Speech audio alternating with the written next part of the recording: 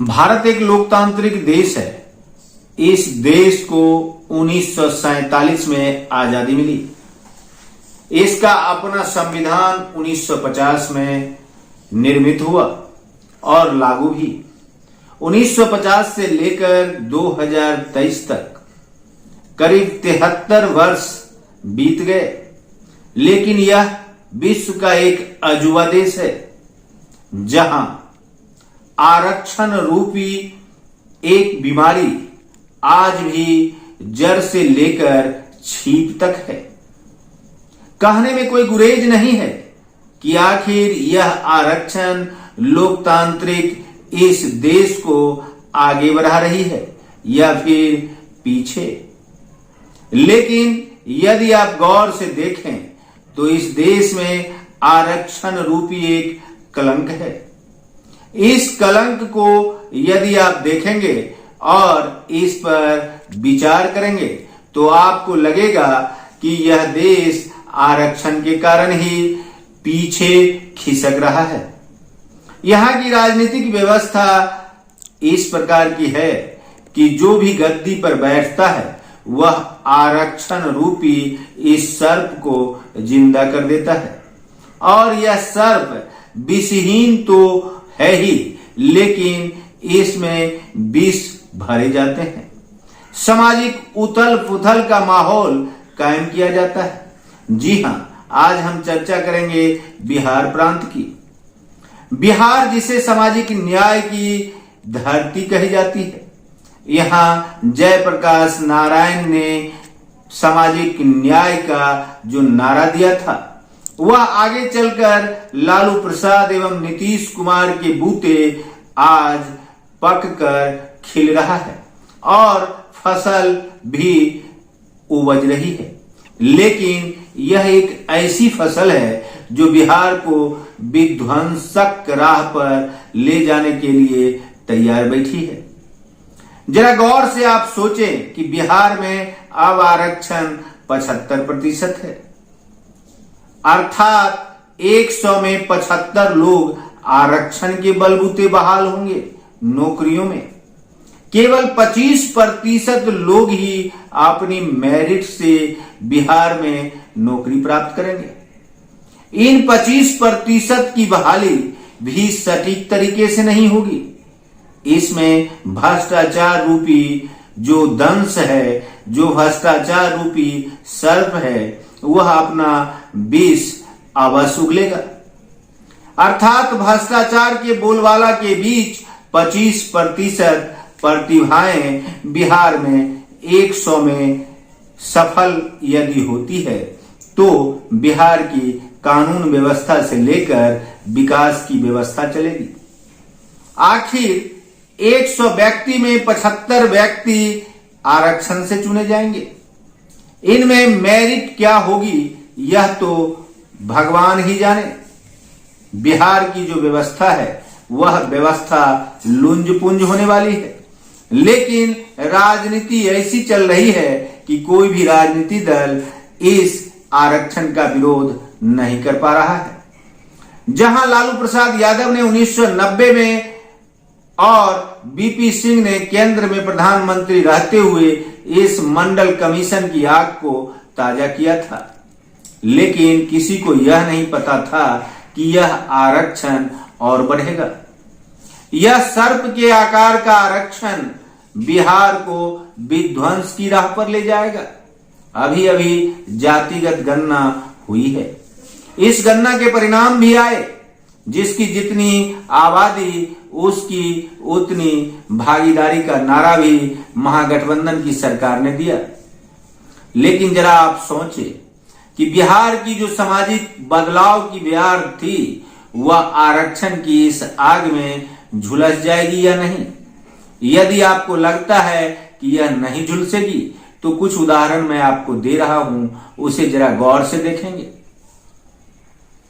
आप आरक्षण में हैं, अर्थात आप अति पिछड़ा, अनुसूचित जाति, अनुसूचित जनजाति एवं आर्थिक रूप से कमजोर सवर्ण वर्ग के हैं तो आपको आरक्षण का लाभ मिलेगा। अर्थात यदि आप बिहार की इस व्यवस्था में हैं तो आपको वर्तमान में कई ऐसे कानून बन रहे हैं जिस कानून का लाभ आपको मिलेगा। केवल 25% वैसे लोग बचेंगे जिन्हें इस प्रकार का लाभ नहीं मिलेगा, और जिन 25% लोगों के जिम्मे ही बिहार की विकास की जिम्मेवारी होगी। आखिर प्रतिभा जिसमें होगी वही विकास की गाथा गाएंगे और रचेंगे भी। लेकिन बिहार की मौजूदा सरकार हो या फिर बिहार की विपक्षी दल, ये तो वोट की राजनीति कर रही है। इन्हें सामाजिक उथल पुथल का भय है ही नहीं। कोई मंदिर मस्जिद का आलाप कर रहा है तो कोई आरक्षण रूपी दांव फेंक रहा है। लेकिन आपको इस बात का अंदाजा नहीं है कि आजादी के 73 वर्ष बाद भी हम आरक्षण की आग में ही पलवर रहे हैं। आखिर बिहार में जो वर्तमान में 75% आरक्षण लागू किया गया है, क्या आपने इसके दुष्परिणाम के बारे में सोच निकाली है? आपको यह मालूम है कि क्या हम पिछड़ रहे हैं या फिर हम विकसित हो रहे हैं? हमारा तो सीधा सा जवाब है कि जब हम आरक्षण से पलवर रहे हैं तो विकसित होने का सवाल ही नहीं है। हम पिछड़ रहे हैं और इस पिछड़ेपन की जड़ भी आरक्षण ही है। आखिर एक तरफ आप पिछड़ेपन की बात करते हैं, दूसरी तरफ आप आरक्षण रूपी आग को फैला रहे हैं। अब आप देखें, जो आरक्षित वर्ग है उसे भवन बनाने के लिए प्रधानमंत्री आवास योजना मिलेगा, उसे रोजगार के लिए बगैर ब्याज की राशि मिलेगी, उसे आर्थिक कमजोरी दूर करने के लिए बिहार सरकार का 2 लाख रुपए का एक पैकेज मिलेगा, उसे यदि वो कोई वाहन खरीदना चाहता है तो उसे सब्सिडी मिलेगी। आखिर इस प्रकार से आप क्या दिखाना चाहते हैं? किन 25% लोगों से आपको एलर्जी है? आप 25% की आबादी के साथ इस प्रकार से भेदभाव कर रहे हैं कि आने वाला समय 25% की आबादी समाज में किसी लायक नहीं बचेगी। आखिर यह लोकतांत्रिक देश की अव्यवस्था है या फिर इसे आप व्यवस्था कहेंगे?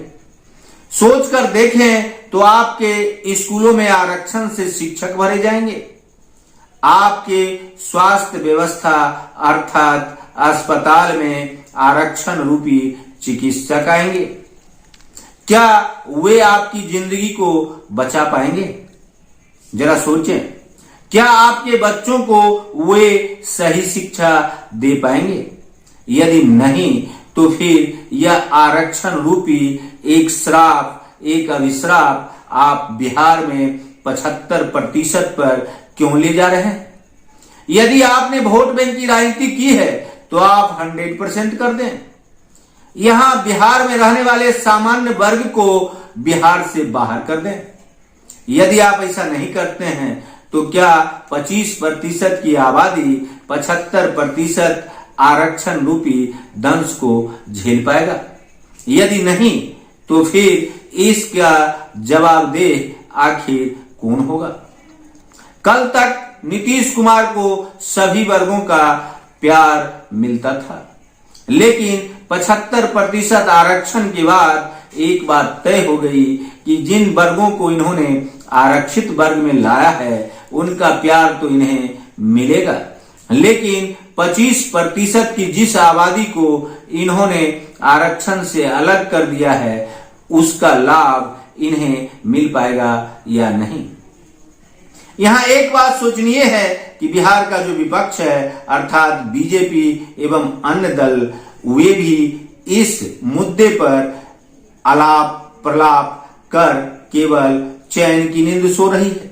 उसे लगता है कि यदि वह इस आरक्षण का विरोध करेगा तो बिहार में उसे लोकसभा की सीटें नहीं मिलेगी, लेकिन बिहार में विरोधी दल हो या फिर सत्ताधारी दल, बिहार की जो बनावट है उसे बिगाड़ने का खेल चल रहा है।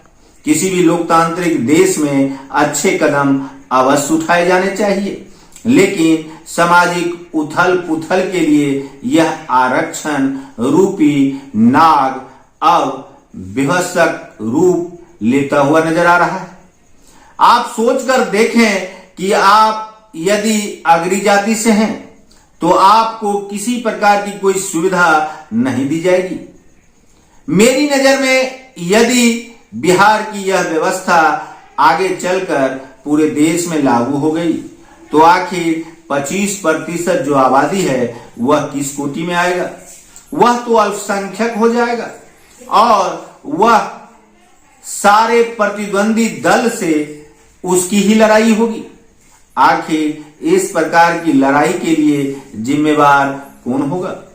आरक्षण का यह विध्वंसक रूप आग की तरह पूरे देश में फैल न जाए, इसके लिए एक ठोस कदम उठाना होगा। और बिहार की इस व्यवस्था के लिए ना तो हाई कोर्ट, ना ही सुप्रीम कोर्ट और ना ही केंद्र सरकार ने किसी प्रकार का कोई डिसीजन लिया है।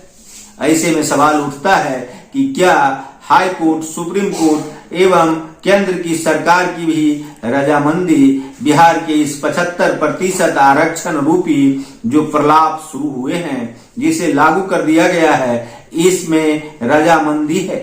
यदि हाँ तो यह लोकतांत्रिक देश के लिए आने वाले दिनों में खतरनाक होगा।